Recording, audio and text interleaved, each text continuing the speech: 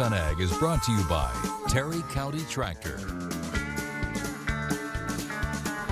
Welcome back. An update to the Horse Protection Act has been postponed after facing criticism from industry leaders. Meanwhile, Americans can continue to expect record high prices for eggs this year. Our Parker Schaffner has those stories and more in this week's Focus on Ag. The Horse Protection Act was passed in the early 1970s to stop the inhumane practice of horse soring. The law prohibits the showing, sale, auction, exhibition, or transport of sored horses. Soring involves the intentional infliction of pain to a horse's legs or hooves in order to force them to walk with a higher step at shows.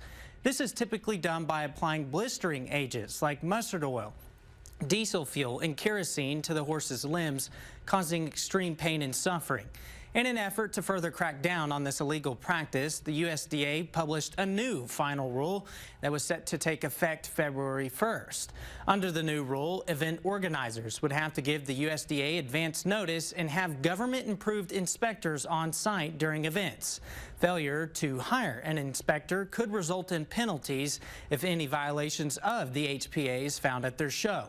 Critics argued that these revisions would burden horse owners, trainers, and event organizers. 10 agricultural leaders, including Texas Ag Commissioner Sid Miller, wrote a letter to the USDA asking for a full withdrawal or a delay of the rule.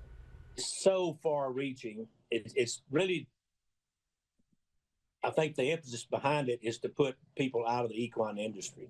You know, a lot of these little 4-H clubs, they're all volunteer. They don't have a budget. They don't have a staff. They don't have the money to pay for this. Has been delayed for 60 days. It is now set to go into effect on April 2nd. Foreign ownership of U.S. agricultural land is increased by 1.6 million acres, bringing the total to just under 46 million acres, according to the USDA.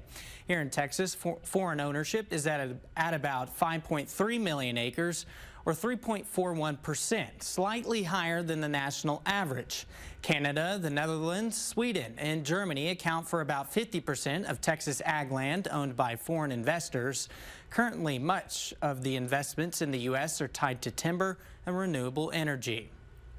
You can expect to continue paying record high prices for eggs. A price outlook from the USDA estimates prices for the breakfast staple will increase about 20% this year. That is compared to about 2.2% for food prices in general. Government data shows the average price of a dozen eggs was $4.15 last month. According to the Consumer Price Index, that is about a 36% increase from last December.